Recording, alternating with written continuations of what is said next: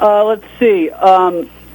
Mary, there's no location where she. Mary doesn't tell us where she's writing from. Mary writes, "Thank you for having Antoinette and Kathy on your show. When reading accounts of Guy's death, the reports make it sound like he was all but forgotten because he wasn't found for days. After reading your book, Antoinette, I was glad to know that it was because of extenuating circumstances. Could you please elaborate on this?" Oh, that's true. That's a good question, Mary. Thank you. When Guy, they wanted to make it sound mysterious and like he was all alone. You know how tabloids like to say those things. But he had loads of friends down there and people he was close to. Of course, he chose to live alone. He liked living alone and didn't give his key to anybody. But when he died, it happened to be a holiday. It was May 1st in Buenos Aires is Labor Day. And also the banks were going bankrupt. The whole country was going bankrupt. There was the person he knew well who called him almost every day. Her phone was out of order.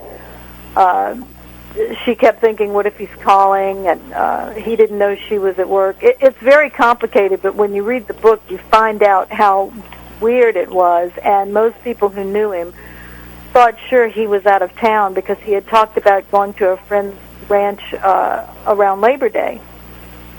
So all these circumstances happened where, finally somebody did go over there and got no answer, but Guy was always out a lot because he loved to walk, and he would walk and visit people in offices that he knew. And so after a while, after about the 4th, 5th day, they decided to go in and see why he was not answering because people were calling him and going by.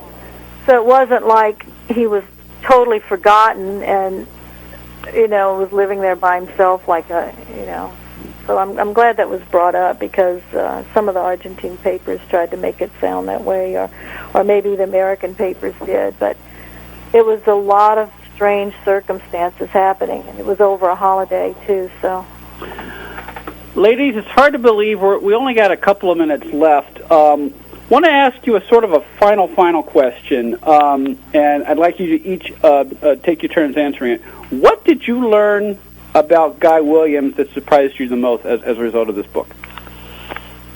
Antoinette, you want to go first on that one? Surprised me the most? It's funny because you sort of feel like when you watch Zorro, it was so much him. Mm-hmm. He was so much like that character that you almost have no surprises. I think maybe that's what the surprise was. Yeah, I'm just point. Really impressed at how intelligent he was. That he could carry on a conversation about almost anything, and the vocabulary he had. The man he literally read the encyclopedia, and he could talk about astrology or theology, almost anything. He was really, really intelligent, which I think that was probably why it was hard for him just to be an actor. But I guess I would say that because I don't know. I'll let Kathy go now, and I would be interested in what you guys have to say about that. Yeah, and I'm just thinking for myself real quickly that I knew a lot about Guy in my research, but reading Antoinette's book, even I, who thought I knew a lot, learned a whole lot more about it.